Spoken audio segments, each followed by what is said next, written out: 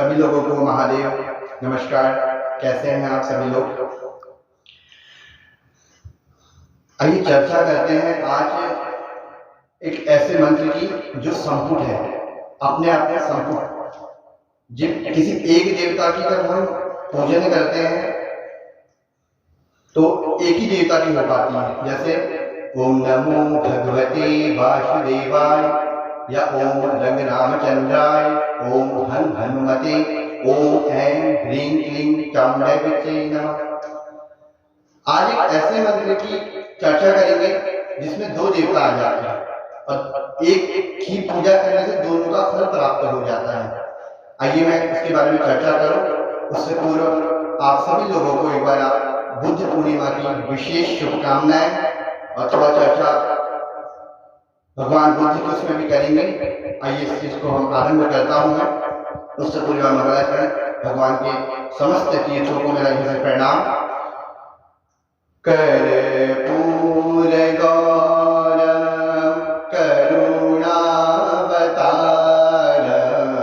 संसार सारम भुजगेन्द्रहारम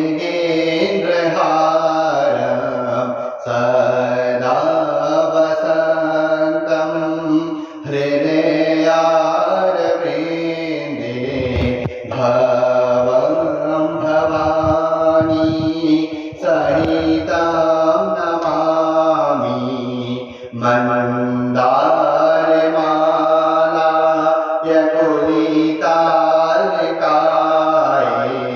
तस्मै नकाराय नमः शिवाय तस्मै नकाराय नमः शिवाय।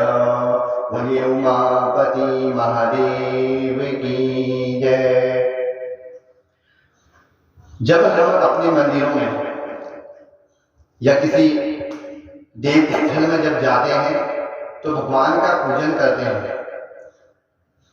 चाहे वो विग्रह स्वयं महादेव का हो या प्रभु श्री राम राघवेंद्र सरकार का विग्रह हो, तो हम कहते हैं ओम नमः शिवाय या ओम नमो भगवते वासुदेवाय या ओम रंग रामचंद्राय। आज एक ऐसा मंत्र का हम जप कर सकते हैं, अपने जीवन में उतार सकते हैं, जो स्वयं भगवान राम जी से पसंद हो जाते हैं।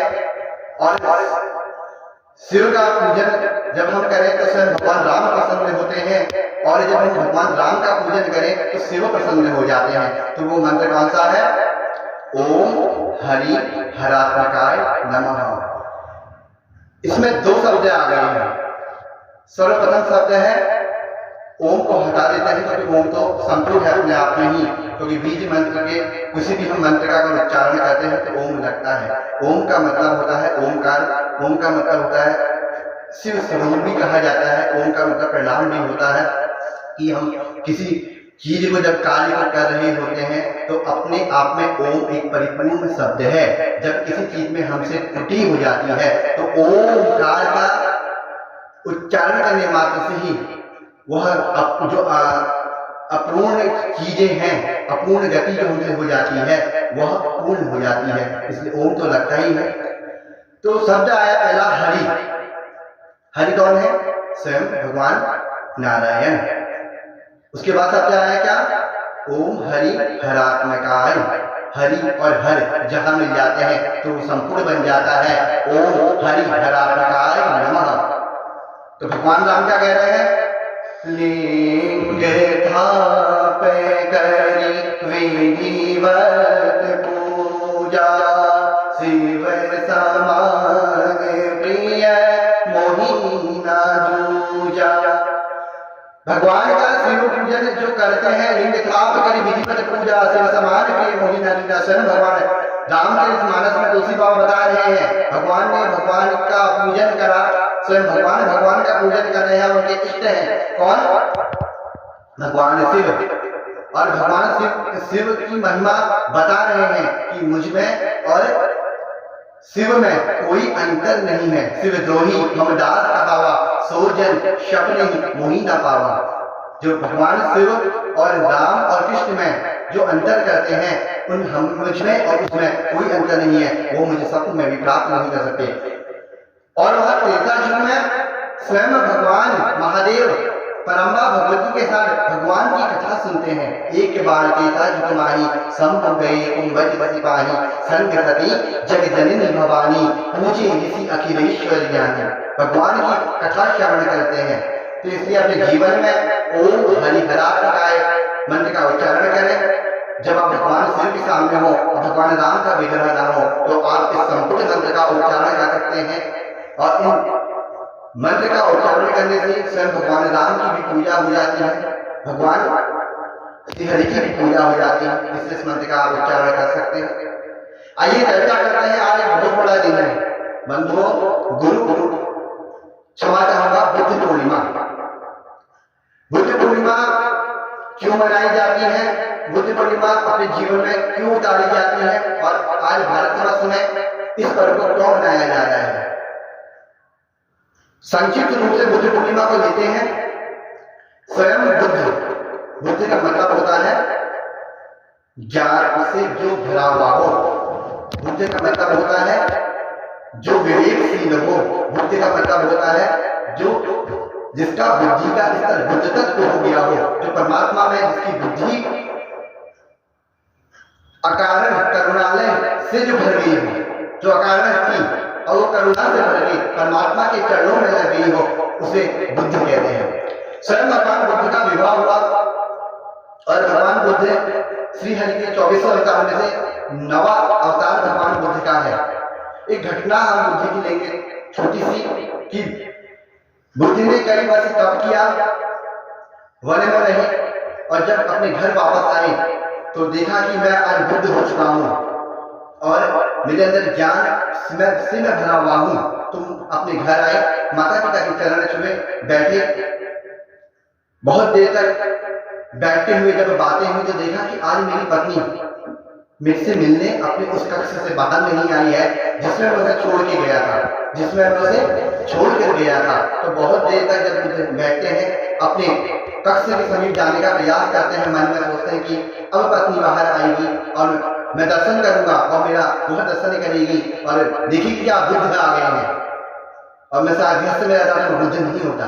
तो बहुत देर हो जाती है तो पत्नी जब बाहर नहीं आती तो बुद्ध खुद ही अपने आसन से उठकर अपने कक्ष की ओर जाते हैं और देखते हैं जितना प्रकाश बुद्ध के मुखमंडल में था उससे कई गुना प्रकाश उनकी पत्नी के मुखमंडल में है। और बुद्ध को अपने को देखकर लज्जा आ जाती है कि मैं अपना घर छोड़कर गया था और अपना घर छोड़कर गया था और मुझसे कई ज्यादा प्रकाशवान तेजवंत मेरी पत्नी है। जब पत्नी बुद्ध के समीप आती है, बुद्ध को प्रणाम करती है और कहती है अगर बुद्ध आपको जाना ही था, घर से जाना ही था तो आप मुझे बता के जाते, आप तो कायरों के तो गए हो, अगर आप जाते मुझे बता कर जाते तो मैं रात तिलक करके आपको भेजती, आपका रात तिलक करती तब आप यहाँ से जाते, तब मुझे लगता कि हाँ आपके अंदर बुद्ध तो आया है, आप तो कायरों के तो यहाँ से गए हो। तो बुद्ध को अपने पर लज्जा आ जाती है और अपनी पत्नी को प्रणाम करते हैं और पुनः वन में लौटते हैं और फिर तप करते हैं कि मुझसे गलती हुई है। लेकिन यह कथा बंधुओं हमें कुछ सिखा की जाती है, सिखा की क्या जाती है कि संन्यास क्या है, संन्यास किसे कहते हैं। मैं कई विद्वानों के मुंह से सुनता हूं और अपने जीवन में मैंने उसको धारण किया हुआ है कि संन्यास अपने कर्मों का न्यास कर देना, अपनी कामनाओं का न्यास कर देना, कर्म मतलब देह में जो कपड़े पहने छोड़ दीजिए, वहां चले जाइए, यह चीजें भी कहते हैं। और कहा जाता है कि अपनी समस्त कामनाओं का त्याग नाम का कोई शब्द है ही नहीं, त्याग तो था ही नहीं। जब आप गर्भ में हैं तब आपने त्याग नहीं किया तो आज कौन सा त्याग करेंगे। त्याग करना है तो अपनी गलत कल्पनाओं का त्याग करना है। अगर त्याग करना है, किन चीजों का त्याग करना है, अपनी वासनाओं का त्याग करना है। हम किसी की सेवा नहीं कर पा रहे हैं, अगर भोजन में, काम वासनाओं में, सांसारिक सुखों में अगर हम हैं, अगर हम किसी की सेवा नहीं कर पा रहे हैं तो वो बुद्ध तत्व नहीं है। तो बुद्ध तत्व क्या है, क्योंकि सन्यासी को भी एक गृहस्थ की शरण में आना पड़ता है। अगर आज गृहस्थ सन्यासियों के आश्रम में नहीं जाएंगे, नहीं सेवा करेंगे तो क्या सन्यासों का आश्रम चल पाएगा? नहीं। तो सन्यास क्या है, अपने घर में रहकर अपने सगे संबंधियों के साथ रहकर संन्यास धर्म का पालन किया जाता है। तो बुद्ध की इस घटना से मैंने अपने अल्प बुद्धि से यही विचार किया कि स्वयं अपने घर में रहकर बुद्ध तत्व जीवन में आना चाहिए, अपने बुद्ध तत्व अपने जीवन में उतारना चाहिए। इसी के साथ आज की इस वीडियो को मैं यहीं पे विराम देता हूँ। अगर इसमें से बोलने में कुछ त्रुटि हो गई हो क्योंकि मैं छोटा हूँ, अल्प बुद्धि है, आप सब लोग मुझसे बहुत बड़े हैं और मुझसे कुछ गलती हुई तो मुझे क्षमा करिएगा। पुनः आपके सामने एक विशेष कुछ शब्दों को, स्थितियों को लेकर मैं दोबारा आऊँगा। और अगर मेरा वीडियो अच्छा लग रहा है तो प्लीज़ इसको लाइक कमेंट करिएगा।